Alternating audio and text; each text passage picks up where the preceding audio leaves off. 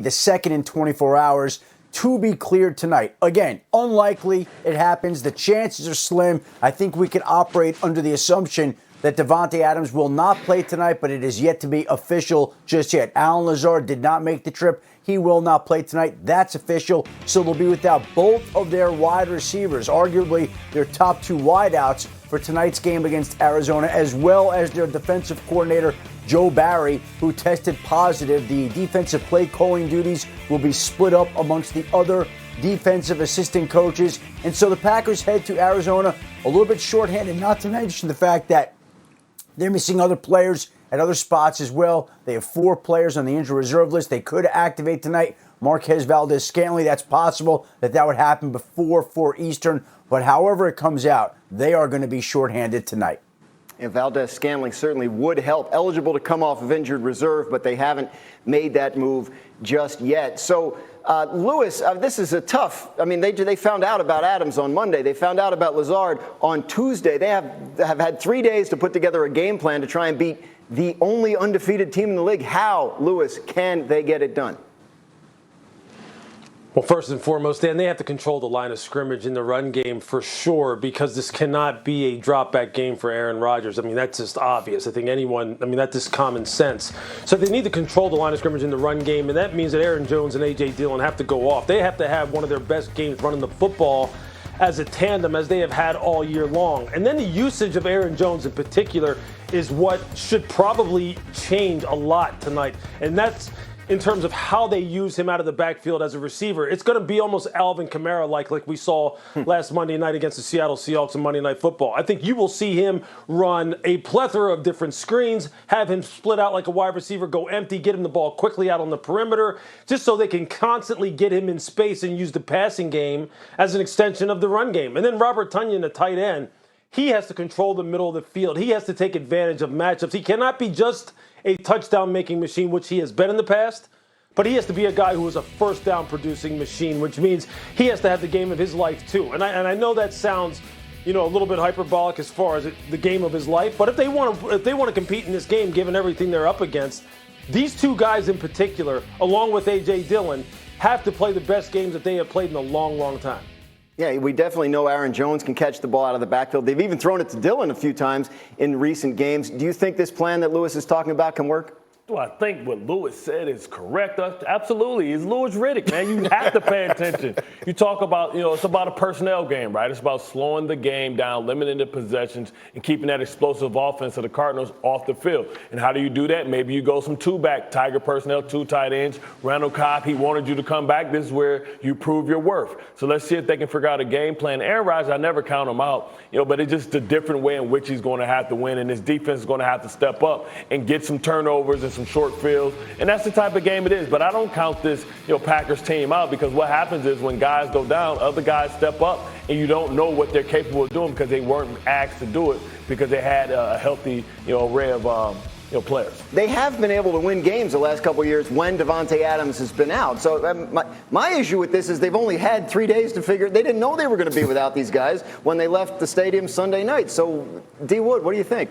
Yeah, listen, I think the one guy, and Lewis pointed him out, was Aaron Jones. He averaged 125 yards, scrimmage yards per game when Davante Adams was out. So this is another guy that, kind of like what we call those dual threat running backs, guy that not only can run the ball, but when you get him outside, in the route tree, I mean, he's as good as any back in the National Football League. And like Lewis was talking about, using him like Alvin Kamara, whether it's screens, getting him on mismatches with linebackers. That's the way that you're going to have to do this. And obviously, A.J. Dillon being that complimentary guy in the running game. Two backs, man. When's the last time we saw that? And Bart, like you were talking about, when you're going against a great team like Arizona, muddy this thing up. You got Aaron Rodgers. You got one of the best quarterbacks in the National Football League. Don't tell me it can't be done when you got a quarterback of that caliber. You just got to pick your matchups where they are. We are used to seeing him do amazing things for sure. We're going to have a lot more on that game later in the show. But right now we want to look ahead to Sunday night, where they've won,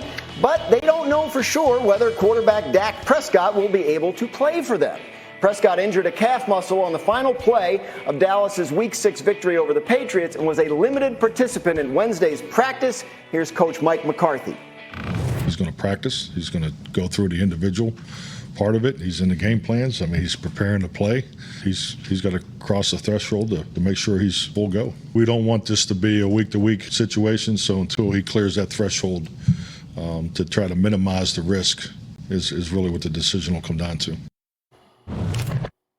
All right, Adam, what can you tell us about the way the Cowboys are approaching this Dak situation this week?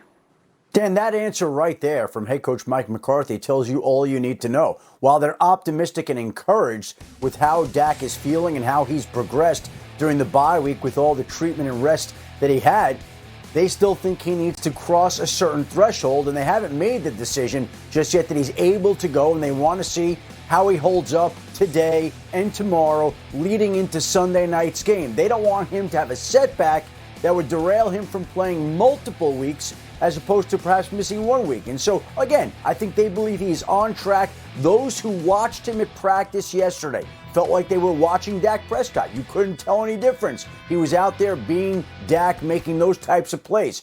But that doesn't mean that they're not going to be smart, careful, and cautious about it, engage him and judge him as the week goes on, which is exactly the plan right now. To go back to what Mike McCarthy said, he has to cross a certain threshold before they sign off on him starting Sunday night at Minnesota.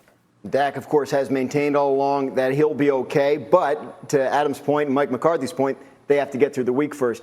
Bart Scott, how would you handle this situation? I'm not doing it, right? I just looked at a similar injury with C.J. Mosley, and I know the Jets and the Cowboys have different aspirations where their seasons are going, but you have to err on the side of caution because Dak Prescott is just that important. You can't have a setback. You can't have something that leads to the compensation. He's already dealing with the ankle injury from the surgery. You know, you've built this team a certain way. You have to try and win and muddy the waters up. And it's a good test, I feel, early in the season to see if they can win without Dak, to see if other people can step up and raise their game. He's too vital, too important to where you want to go, which is eventually a Super Bowl. They're finally living up to expectations. You do not want to derail the momentum that you have so much, to see if this young defense can continue to be opportunistic and turn the ball over.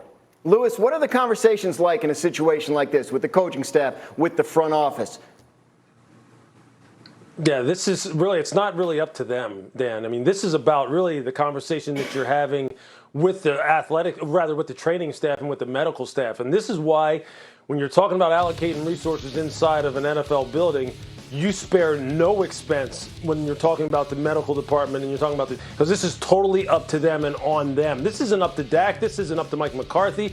Heck, this isn't even up to Jerry. I mean, you could say it's up to Jerry Jones. He writes the checks. But I guess this is where you really have to trust your athletic department, your training department, your medical staff and say, hey, look, what is the risk versus the reward here? Do we risk this becoming a week-to-week thing? Do we risk this becoming something that isn't even what the original injury was? Is he going to wind up putting at risk some other part of his body in his lower extremity because he's coming back too soon? And if they say, yeah, you don't play him. It doesn't matter what the stakes are. If they say he's good to go, then you trust him. And that's just the way it works. I mean, look, you kind of stay in your lane.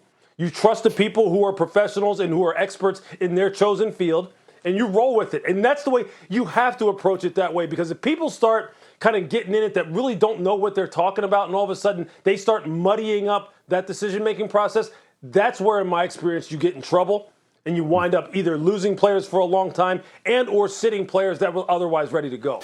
Damian, we talk about the stakes as it pertains to the standings. They have a 3.5 game lead in the division. Does that give them a little leeway here on this decision? Absolutely, it does. And I mean, listen, my answer to this before was, the Cowboys are possibly playing for a bye. Just thinking, bigger picture, macro picture. But listen, at the end of the day, and I've had this, Bart, many guys have had this. A lot of times with players, we think we can play through certain things, and then little things turn into big things. I had a calf, played through it. What happened? I tore my Achilles. Like, these